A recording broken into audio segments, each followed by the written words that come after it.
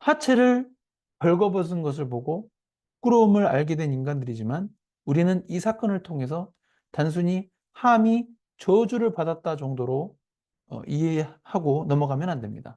이 사건을 통해 두 가지 교훈을 꼭 머릿속에 기억해야 합니다.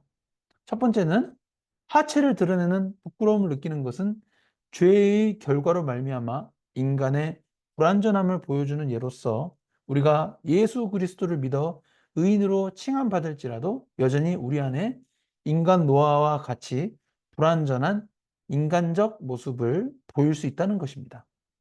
둘째, 다른 사람의 허물을 덮어주지 않고 드러내었던 함의 잘못을 우리도 똑같이 할 수 있다는 사실을 반드시 기억해야 합니다. 다만 그러한 잘못을 하게 되면 그냥 잘못으로 끝나지 않고 실질적으로 다른 사람의 종이 되는 저주를 받을 수 있다는 것도 우리가 기억해야 하겠습니다. 그런데 오늘 함에 대한 노아의 저주를 보면서 제가 설교를 준비하면서 마음에 잠깐 어려움이 생기기도 했습니다. 물론 주말에는 용인 승리교회 담임 목회자로서 활동하지만 월요일부터 금요일까지는 주중에 회사의 어떤 사내 변호사로서 컴플라이언스 업무를 합니다. 이 컴플라이언스는 직원들로 하여금 어떤 회사 규정이나 법을 선제적으로 잘 지킬 수 있도록 이렇게 도움을 주는 업무입니다. 다만 그 컴플라이언스 업무 중 하나가 그 임직원들의 어떤 비위 행위를 접수받고 이를 조사하는 업무도 있습니다. 이게 주일 설교를 하는 목회자로서 이렇게 샘과 야백과 같이 다른 사람의 잘못을 덮어주는 것이 아니라 이게 평일 업무 자체가 이게 다른 사람의 잘못이 있으면은 그것을 막 들춰내고 열심히 파헤쳐내 가지고 이게 막 조사하는 일이다 보니까 순간 이 오늘 성경 말씀과 배치되는 것이 아닌가라는 생각이 좀 들었기 때문에 이 설교 말씀을 준비하는 순간 어려운 마음이 좀 생기긴 했었어요. 근데 또 이렇게 설교 준비하면서 좀 더 깊이 생각을 해봤는데 저 말씀을 저의 어떤 사내 변호사 그 컴플라이언스 업무와 연결해서 생각하는 것은 성경적으로도 논리적으로도 맞지 않다는 생각이 이제 금방 들었습니다. 뭐 성령님이 주신 생각이라고 믿는데 제가 이 말씀을 굳이 드리는 이유는 이 설교를 듣는 분들 가운데 아마 저같이 직업적 고민을 할 수 있는 분이 있을 수 있기 때문에 좀 더 부연 설명하는 것입니다.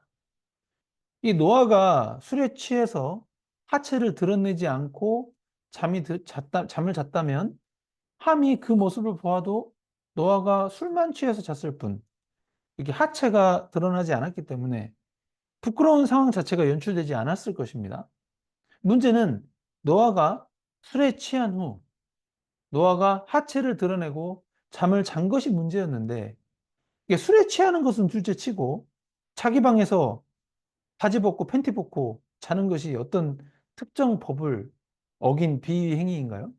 뭐 성경적으로 이게 문제가 됩니까? 물론 술에 너무 취해가지고 막 인사불성이 될 정도로 술에 취한 것은 성경적으로 문제가 될 수 있습니다. 네, 성경 이제 신약 성경 읽어보면은 술 취하지 말라고 나오기 때문에. 근데 자기 방에서 술을 안 마셨다고 가정했을 때 맑은 정신 가운데 바지 벗고 팬티 벗고 하체를 드러낸 상태로 잠을 자더라도 그게 어떤 하나님의 계명을 어겼다거나 뭐 인간적으로 비도덕적인 일을 한 건 아니잖아요. 그렇잖아요. 예. 자기 방에서 뭐 팬티 벗고 잔다는데 그 누가 뭘 할 수 있습니까? 그 바지를 입고 자든 벗고 자든 그거는 잠자는 사람의 자유지요. 예. 문제는 이게 벗고 자는 모습을 봤을 때 이제 그 부끄러운 상황을 덮여주면 될 것을 굳이 형제들에게 얘기한 그 함의 행동이 문제였다는 것입니다. 그렇다면 저의 일은 어떠합니까?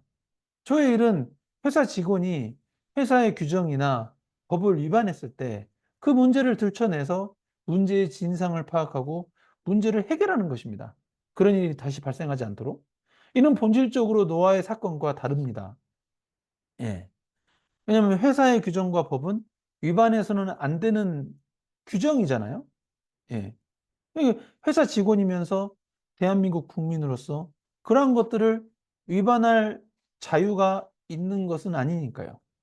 반면 노아는 바지 입고 자든 벗고 자든 그건 노아의 자유입니다. 뭐 뭘 위반한 게 아니에요. 그죠? 그래서 오늘 말씀 구절을 가지고 직업적으로 네, 다른 사람의 잘못을 분석하고 파악해서 그런 일이 발생하지 않도록 하는 일에 이 오늘 성경 말씀 구절을 함부로 적용해서는 안 된다는 것입니다. 오히려 주님께 하듯 각자에게 주어진 일에 더 철저히 해내야 하는 것이죠. 예, 컴플라이언스 업무를 더 잘해야 되는 것입니다. 네. 예. 그것도 주님이 주신 일이니까요. 그죠? 아무튼 다시 오늘 말씀으로 돌아오겠습니다. 셈과 야벳은 노아의 부끄러운 상황을 덮어주었고, 함은 노아의 부끄러운 상황을 덮어주지 않고 드러내었습니다. 그 결과 함은 셈과 야벳의 종이 되는 저주를 받았습니다. 예수 그리스도도 셈과 야벳처럼 우리의 부끄러운 죄들을 십자가에서 죽으셨을 때 흘려주신 보혈로 모두 덮어주셨습니다.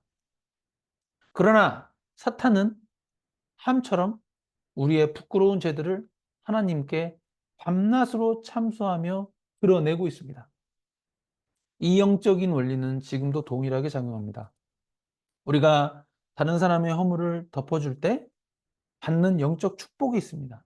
반대로 우리가 다른 사람의 허물을 드러내어 다른 사람에게 알릴 때 우리가 모르는 사이에 어떤 사람의 종이 되는 것과 같은 영적 저주가 있습니다. 우리가 우리 자신도 모르게 어떤 사람의 종이 되는 현상을 목격하고 있지 않은지 잘 살펴봐야 합니다. 이는 우리의 입술에서 다른 사람의 허물을 예수 그리스도의 사랑으로 덮어주지 못함으로 인해 발생한 영적 결과일 수 있다는 것을 주의 깊게 생각해야 합니다. 이 세상에 사람은 정말 많습니다. 그러나 어떤 사람은 함과 같이 영적 감각이 없거나 둔하여져서 타인의 허물을 드러내는 자가 있는 반면 어떤 사람은 셈과 야벳과 같이 영적 감각이 살아있어서 예수 그리스도의 사랑으로 타인의 허물을 덮어주는 사람이 있습니다. 우리는 사람의 종이 되는 저주를 피하기 위해서라도 예수 그리스도의 사랑으로 타인의 허물을 덮어주는 사람이 되려고 노력해야 하겠습니다. 오늘 말씀을 통해 우리가 확실하게 배울 수 있는 부분은 다음과 같습니다. 홍수 심판이 있었어도 구원되었고 하나님의 음성을 직접 들었던 노아가 어떤 범접할 수 없는 믿음의 선배로 여겨질 수 있지만 그 기대를 저버리고 포도주에 취한 방탕함으로 인해 하체를 드러내는 타락한 인간의 모습을 성경에서 확인할 수 있었습니다. 그리고 노아의 세 자녀는 같은 부모의 한 몸에서 태어났지만 한 명은 저주를 받았고 두 명은 축복을 받으므로 한 부모 밑에서도 자녀들의 운명은 축복과 저주로 구분될 수 있음을 확인할 수 있었습니다. 하나님의 영원한 언약이 하나님의 은혜로 맺어졌음에도 죄인된 인간들의 삶은 자신의 선택에 따라 하나님의 축복을 받기도 하지만 반대로 저주를 받을 수도 있다는 것을 다시금 확인하게 됩니다. 예수 그리스도를 믿으면 하나님의 축복이 약속되지만 반대로 예수 그리스도를 믿지 않으면 영원한 지옥으로 던져지는 저주만 있을 뿐입니다. 우리는 함과 같은 선택보다는 셈과 야벳과 같은 선택을 할 수 있는 영적 감각이 살아있는 그리스도인이 되어야 하겠습니다. 마지막으로 다음 구절을 살펴보겠습니다. 홍수 후에 노아가 350년을 살았고 그의 나이가 950세가 되어 죽었더라. 이 구절들을 읽으셨을 때 어떤 생각이 드시나요? 이 구절은 다음 구절과 논리적으로 전혀 맞지 않는 구절입니다. 창세기 6장 3절. 여호와께서 이르시되 나의 영이 영원히 사람과 함께 하지 아니하리니 이는 그들이 육신이 됨이라. 그러나 그들의 날은 120년이 되리라 하시니라. 노아의 홍수 심판이 있기 이전에 여호와 하나님께서 하나님의 영이 영원히 사람과 함께하지 아니하므로 사람이 육신이 되었다고 합니다. 그리고 그로 인해 인간의 수명은 120년으로 단축되었습니다. 이 말씀에 따르면 노아도 어떻게 되어야 합니까? 하나님의 영이 영원히 사람과 함께하지 않기 때문에 노아도 120년이 그의 예상 수명이 되어야 했습니다. 그러나 노아는 창세기 9장 28절, 29절에 의하여 봤을 때 120세가 아닌 무려 950세까지 살다가 갔으니 950세에서 120세를 빼면은 830년이거든요. 당시 인간의 기대 수명보다 무려 830년을 더 살아버린 겁니다. 어떻게 이렇게 될 수 있었을까요? 그것은 바로 다음 구절에 답이 있습니다. 그러나 노아는 여호와께 은혜를 입었더라. 예, 이거 은혜가 답니다. 정답이죠, 정답. 이 한 구절에 모든 답이 들어 있습니다. 우리의 구원도 마찬가지. 여호와 하나님의 은혜는 하나님의 절대 주권에 의해 하나님이 일방적으로 주시는 선물입니다. 그러니까 노아를 제외하고 홍수 심판으로 죽게 되었던 모든 인간들이 육신이 되어 120세의 기대 수명이 되었지만 오직 노아는 하나님의 은혜를 입은 자로서 하나님이 노아와 함께 동행해 주셨기 때문에 950세까지 살아낸 것입니다. 네. 이것이 노아의 족본이라 노아는 의인이요 당대의 완전한 자라 그는 하나님과 동행하였으며 하나님의 은혜를 주셔서 하나님이 노아와 동행해 주시니 하나님의 영은 생명 그 자체이므로 노아가 969년을 살았던 무드셀라 못지않게 950세까지 살게 되었던 것입니다. 할렐루야. 네. 그리고 인간의 수명을 결정하는 것은 창조주 하나님이시기 때문에 하나님의 계획과 섭리대로 그의 수명이 950세가 된 것입니다. 이 모든 것이 하나님의 은혜인 것입니다. 노아가 비록 포도주에 취해 하체를 드러내놓고 잠을 잤지만 그것은 어디까지나 인간 노아의 인간적인 모습과 부족함일 뿐 어떤 이유인지는 모르겠지만 하나님은 노아를 선택하시고 노아에게 하나님의 은혜를 주셨다는 것이 중요한 포인트입니다. 우리 또한 이 혼탁하고 예수 그리스도를 믿기 어려운 시대에 그리스도인이 되었다는 그 자체가 하나님의 은혜이고 축복입니다.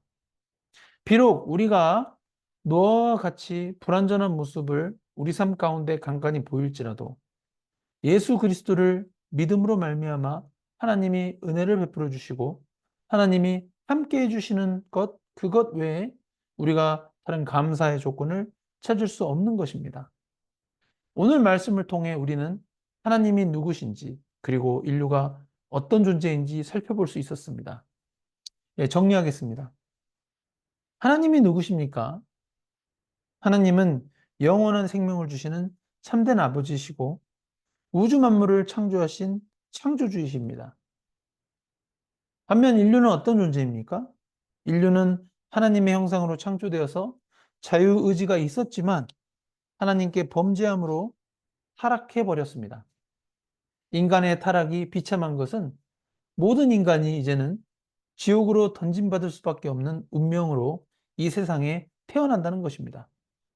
이런 절망적인 상황에서 사탄은 하나님께 밤낮으로 우리의 죄를 하나님 앞에 참수하지만 예수 그리스도의 십자가 보혈이 우리의 주홍 같은 죄들을 덮어주시고 용서해 주신다는 기독교 진리가 우리의 유일한 소망 된다는 것입니다.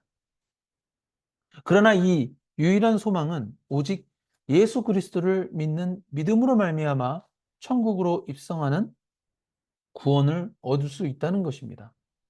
홍수 심판으로도 죄의 문제가 해결되지 않았고 홍수 심판에서 구원받은 노아가 자신의 둘째 아들까지 저주하는 노아의 불완전한 인간적인 모습을 보면서 우리는 참 하나님이시고 참 인간이신 예수 그리스도의 구원만이 참된 구원이고 예수 그리스도만이 온전한 하나님이시면서 온전한 인간이심을 더욱 깨닫게 됩니다.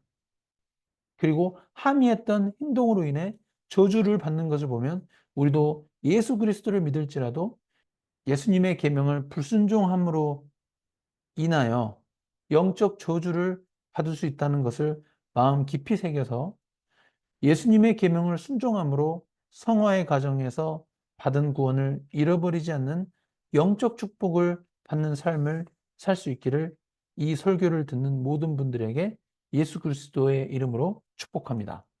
광고하겠습니다. 주일 예배 시간은 매주일 오후 12시이고 줌 미팅 넘버는 814-0389-3515입니다. 비밀번호는 1234이고 온라인 예배 참석을 원하시는 분들은 이 정보를 참고해 주시기 바랍니다. 주일 예배 현장 참석을 원하시는 분은 servant.se종@gmail.com으로 연락 주시기 바랍니다.